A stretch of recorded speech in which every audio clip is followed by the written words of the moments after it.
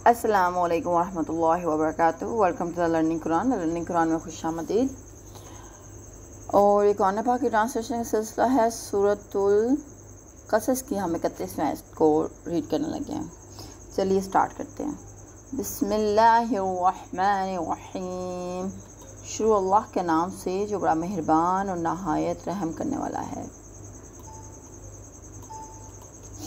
वान और ये कि अलकी डालो असवा का अपना असा फलम्मा रआहा फिर जब इसने देखा तहतज़ु लहराते हुए का अन्नहा गोया के वो जानुन सांप वाला और वो लोटा मुदबिरन पीठ फेर कर वाह और मायुअक़िब पीछे मुड़ कर ना देखा। या मूसा ए मूसा अक़बिल आगे आ वाला अताखफ़ और ना डर और तू डर नहीं। इन्नका बेशक मिना से आमिनीन अमन पाने वाले।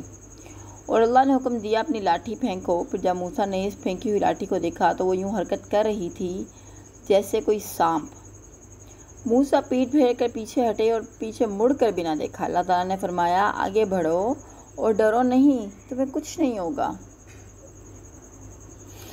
उस लोग तू डाल दे यदा का अपना हाथ फी जई भी का अपने गिरेबान तखरुजू वो निकलेगा बैज़ा रोशन सफ़ेद मिन से के गैरी सूई इन बग़ैर किसी ऐप के वज़मुम और मिला लेना इलई का अपनी तरफ जनाहा का अपना बाजू मिनर रहबी खौफ से फ़ज़ानी का पास से दोनों बुरहानानी दो दलीलें में रब्बिका तेरे रब की तरफ से इला तरफ फ़िरऔन व मलाइही और इनके सरदार इन्नहुम बेशक वो कानू हैं कौमन एक ग्रोह फासिक़ीन नाफरमान। नीज़ अपना हाथ अपने गिरेबान में डालो, वो बग़ैर किसी तकलीफ़ के चमकता हुआ निकलेगा। और अगर ज़रा महसूस हो तो अपना बाजू अपने जिस्म से लगा लो। सो ये तेरे परवरदिगार की तरफ से दो मौजज़े हैं जिन्हें तुम फ़िरौन और इसके दरबारियों के सामने पेश कर सकते हो। वो बड़े नाफरमान लोग हैं। इसी मुकाम पर हज़रत मूसा अलैहिस्सलाम को दो मौजज़े अता किए गए। इन मौजज़ात की तफसील पहले भी मुतअद्दिद जगह पे हम पढ़ चुके हैं। ये दोनों मौजज़ात आपकी नबूवत की सन के तौर पर थे और इनसे ये मकसूद था कि सबसे पहले तो ख़ुद मूसा को ये कामिल यकीन हो जाए कि जो ज़ात इस वक्त उनसे हम कलाम हो रही है वो फ़िलवाक़े अल्लाह ही है जो सारी कायनात के परवरदिगार और मालिक है। बल्फ़ात दीगर ऐसे नुमाया मौजज़ात अल्लाह रब्बुल आलमीन के अलावा ना कोई अता कर सकता है ना दिखला सकता है। दूसरा मकसद ये था कि मूसा को तनहा एक जालिम और जाबिर हुक्मरान के दरबार में तबलीग रिसालत और दावत तौहीद के लिए भेजा जा रहा था। इनके साथ कोई लाओ लश्कर तो था नहीं, लिहाजा ऐसी निशानियां तो मौजूद होनी चाहिए कि जिनसे कम से कम ये मालूम हो जाए कि मूसा अकेले नहीं है बल्कि उनकी पुश्त पर कोई मुक़्तदर हस्ती मौजूद है। तो या ये चीज़ हज़रत मूसा के लिए बाइस तस्कीन और इत्मीनान थी, बल्कि यही चीज़ दावत से इनकार करने वालों के लिए एक डरावा और धमकी भी थी। जिस मिशन पर हज़रत मूसा अलैहिस्सलाम को भेजा जा रहा था इसमें कई मकाम ऐसे आ सकते थे जब आप ख़ुद अपनी जान का ख़तरा महसूस करने लगे। तो ऐसे ख़तरे के औकात के लिए आपको तदबीर ये बतलाई गई कि आप अपना बाजू अपने पहलू से लगा लो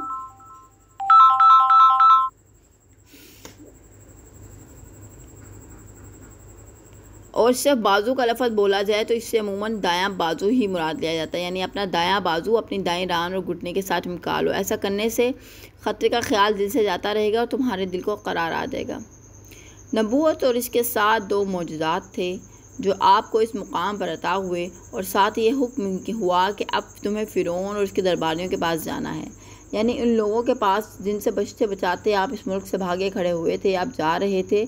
तो इस ख्याल से कि अब तक लोग ये वाक़या कत्ल भूल चुके होंगे, अल्लाह ताला ने बराह रास्त इन लोगों के यहाँ जाने का हुक्म दिया कि दूसरों को ख्वाब वो वाक़या भूल चुका हो, मगर ये तो खुसूसन वो लोग थे कि मूसा को देखते ही उन्हें सब कुछ याद आ जाए। बहुत बड़ी इब्तला थी ये मुहिम जिसका आपको हुक्म दिया जा रहा था। जिस तरह वो लोग नाफरमान थे या बदकिरदार थे वो मूसा पहले ही जानते थे। क़ाला उसने कहा रब्बी ए मेरे रब इन्नी क़तलतु बेशक मैंने मार डाला मिनहुम इनमें से नफ्सन एक शख्स फ़अख़ाफ़ु सो मैं डरता हूँ अन यक़्तुलून कि वो मुझे कत्ल कर देंगे। मूसा ने अर्ज़ किया, ए मेरे रब इन्नी क़तलतु बेशक मैंने मार डाला मिनहुम इनमें से नफ्सन एक शख्स फ़अख़ाफ़ु सो मैं डरता हूँ अन यक़्तुलून कि वो मुझे कत्ल कर देंगे। मूसा ने अर्ज़ किया, ए ऐ परवरदिगार मैंने उनके लिए एक आदमी को मार डाला था, लिहाजा मुझे ख़तरा ये है कि वो मुझे मार डालेंगे। व आखी और मेरा भाई हारून और मेरा भाई हारून हुआ वो अफसाहा ज़्यादा फसी मिन्नी मुझसे लिसानन ज़ुबान फ़अरसिल हु भेज दे उसे माइया मेरे साथ रिद्दन मददगार युसद्दिक़नी और तस्दीक करे मेरी इन्नी अख़ाफ़ु बेशक मैं डरता हूँ अन के युकज़्ज़िबून वो झुटलाएंगे मुझे। और मेरे भाई हारून की ज़ुबान मुझसे ज़्यादा साफ़ है, उसे मेरे साथ मददगार के तौर पर भेज दे ताकि वो मेरी तस्दीक करे, मुझे अंदेशा है कि वो लोग मुझे झुटला देंगे। मूसा इस ज़बरदस्त आजमाइश से इनकार न कर सके, अलबत्ता जो ख़तरात इस मुहिम में उन्हें नज़र आ रहे थे वो उन्हें ज़रूर अर्ज़ कर दिए। एक ये कि उन्हें वो सांप का जुर्म में धर कर कत्ल ही ना कर दें, और दूसरा ये कि जो लोग खुदा बने बैठे हैं वो मेरी दावत कैसे कबूल करेंगे। लिहाजा मुझे कम से कम एक साथी दरकार है। अगर मेरे हारून को भी नबूवत अता कर दें तो एक तो इसकी ज़ुबान फसी है, जो बात मैं पेश करूँगा इसे वजाहत से पेश करेगा। दूसरे वो एक आदमी तो मेरा मददगार होगा। जब सब लोग मुझे जुटला दें तो एक तो मेरी तस्दीक करने वाला होगा जिससे मुझे कुछ सहारा मिल जाएगा और वो भी हौसला अफजाई का बाइस बन सके। आयत नंबर 35।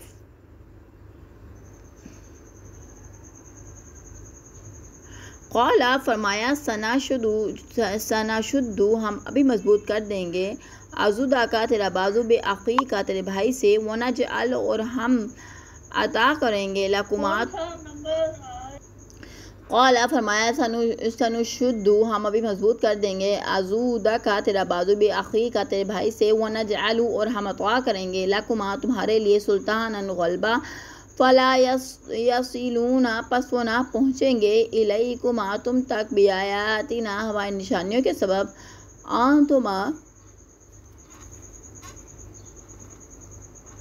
तुम दोनों व मानी और जिस अत्तबअकुमा पैरवी की तुम्हारी अल-ग़ालिबून गालिब रहोगे। अल्लाह ताला ने फरमाया हम तेरे भाई से तेरा बाजू मजबूत कर देंगे और तुम दोनों को ऐसा गलबा अता करेंगे कि वो तुम पर दस्त दराजी न कर सकेंगे, और हमारे मौजूदात की वजह से तुम दोनों और तुम्हारे पैरोकार ही गालिब रहेंगे।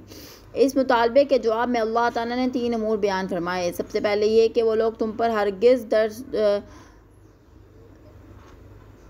दस्त दराजी न कर सकेंगे और तुम्हारा बाल भी बीका नहीं होगा। तुम ख़तर करने के बजाय उन्हें अपने मामलात हुकूमत की फ़िक्र पड़ जाएगी। दूसरे तुम्हारे हारून को नबी बनाकर तुम्हारे हमरा भेजने का मुतालबा मंजूर किया जाता है। वो तुम्हारे हमरा फ़िरौन के दरबार में जाएगा। और तीसरा ये कि तुम इस बात का यकीन रखो कि बिलाखिर फ़तह तुम्हारी ही होगी। फ़लम्मा फिर जब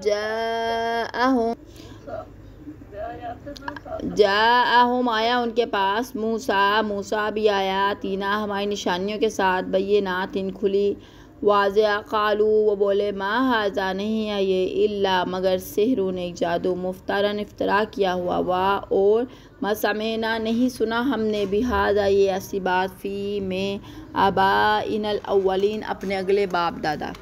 फिर जब मूसा अलैहिस्सलाम हमारे पास वाज़िह मौजज़ात लेकर इन फ़िरौनियों के पास हमारे वाज़िह मौजज़ात लेकर इन फ़िरौनियों के पास आ जाए तो वो कहने लगे ये तो महज शोबदा की किस्म का जादू है और ऐसी बातें तो हमने अपने साबका बाप दातों से भी कभी नहीं सुनी हैं। अच्छा, मूसा ने ये अजीम जिम्मेदारी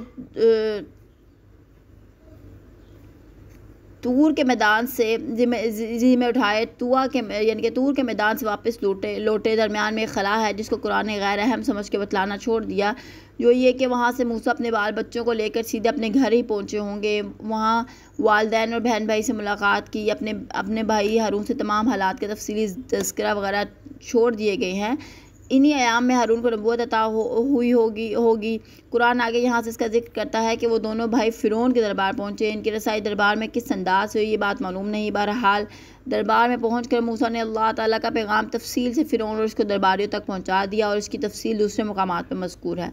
यहाँ से इसी कदर जिक्र किया गया है कि जब फ़िरौन और उसके दरबारी का मुतालबा पर मूसा ने अपने नबूवत की सदाकत के तौर पर ये दोनों मौजूदात दिखलाए तो अगरचे फ़िरौन को आपकी नबूवत का दिल में यकीन हो चुका था, इसी वजह से उसे कत्ल के जुर्म में आपको कत्ल कर देने की किसी वक़्त भी हिम्मत ना पड़ी।